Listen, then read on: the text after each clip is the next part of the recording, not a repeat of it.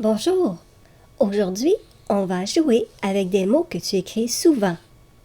Les verbes faire et mettre.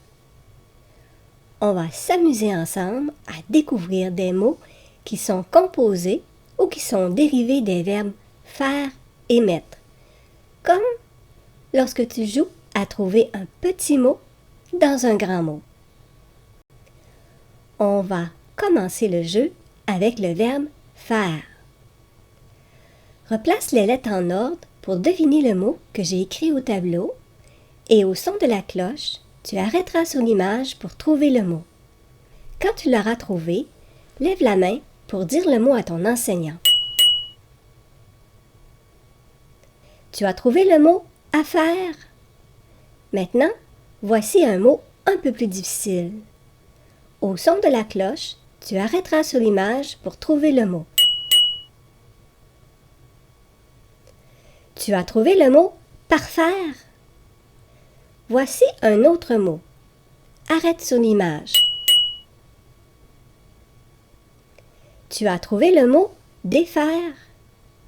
Maintenant, on continue notre jeu avec le verbe mettre pour encore 3 mots.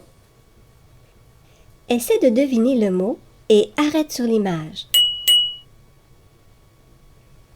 Tu as trouvé le mot remettre. Voici un autre mot.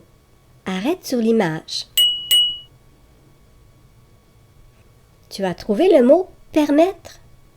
Voici le dernier mot et arrête à nouveau sur l'image. Tu as trouvé le mot promettre. Maintenant, observe bien les mots écrits au tableau. Tu vois que tous ces mots contiennent les graphies F-A-I et M-E-T-T. Il y a aussi beaucoup d'autres mots qui contiennent ces graphies. Mais les mots que tu écris le plus souvent, ce sont les mots faire et mettre. Tu sais que lorsque tu écris un verbe dans une phrase, il se transforme, comme dans ces phrases.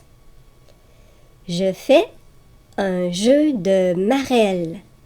Tu fais un jeu de marelle. Il fait un jeu de marelle. Tu peux arrêter sur l'image et toi aussi composer des phrases avec le verbe faire.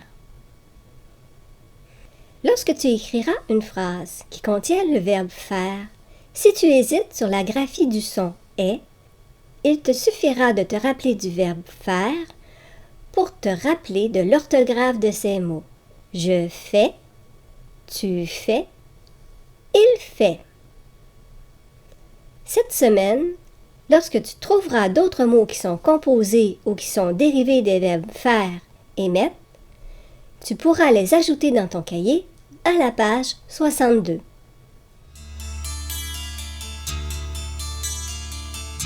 Pour t'aider à te rappeler que plusieurs mots composés ou dérivés des verbes faire et mettre contiennent la graphie F-A-I et la graphie M-E-T-T, je te propose quelques mots à étudier. Les voici. Dans les mots que je te propose, il y a de petites difficultés. Les deux F dans les mots affaire et s'affairer et la graphie S avant le mot s'affairer. La graphie AN dans les mots fainéant et malfaisant et la lettre T. Pour les deux F dans les mots affaire et s'affairer, tu peux syllaber ces mots en insistant sur les syllabes qui comportent une difficulté.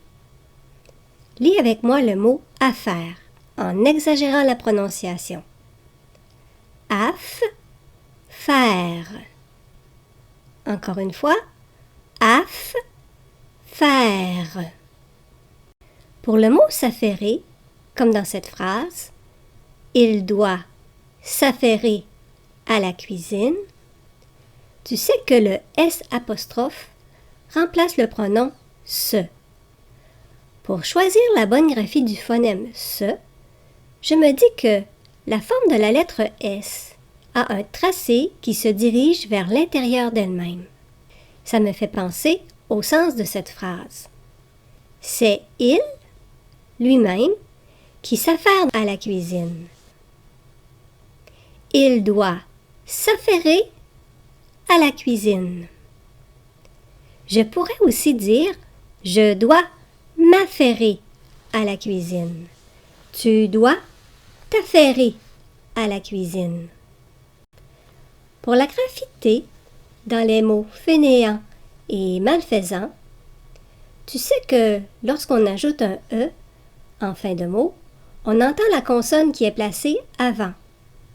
Alors, lorsque tu écriras les mots fainéant et malfaisant, il te suffira de dire dans ta tête fainéante et malfaisante pour entendre la lettre T et te rappeler que ces mots se terminent par la lettre T. Mais pour la difficulté de la graphie en dans le mot fainéant, tu dois choisir la graphie AN, car il n'existe pas de mots qui contiennent deux E qui se suivent et qui forment le son en. Pour le mot malfaisant, je te propose de trouver un mot qui te fait penser à malfaisant. Je te donne un indice. Arrête sur l'image pour dire le mot que tu as trouvé à ton enseignant. Est-ce que tu as trouvé le mot faisable? Il te suffira de penser à ce mot pour te rappeler que malfaisant s'écrit avec la graphie AN. Associer un mot à un mot de la même famille de mots, c'est une bonne stratégie à utiliser lorsqu'il y a de petites difficultés dans les mots. Pour toi, quand tu penses à ces mots, tu peux avoir d'autres dessins ou d'autres stratégies pour t'aider à mémoriser ces mots. Tu pourras écrire ou dessiner tes stratégies dans ton cahier à la page 63.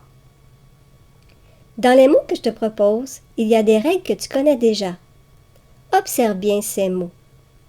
Maintenant, arrête sur l'image pour lire ces mots et expliquer les règles à ton enseignant. Les petits dessins que tu imagines, les explications que tu te donnes et les règles que tu connais vont revenir dans ta tête quand tu écriras un texte et que tu chercheras comment s'écrivent ces mots. Étudie bien ces mots toute la semaine et tu pourras écrire avec plus de facilité les mots de cette règle. À bientôt!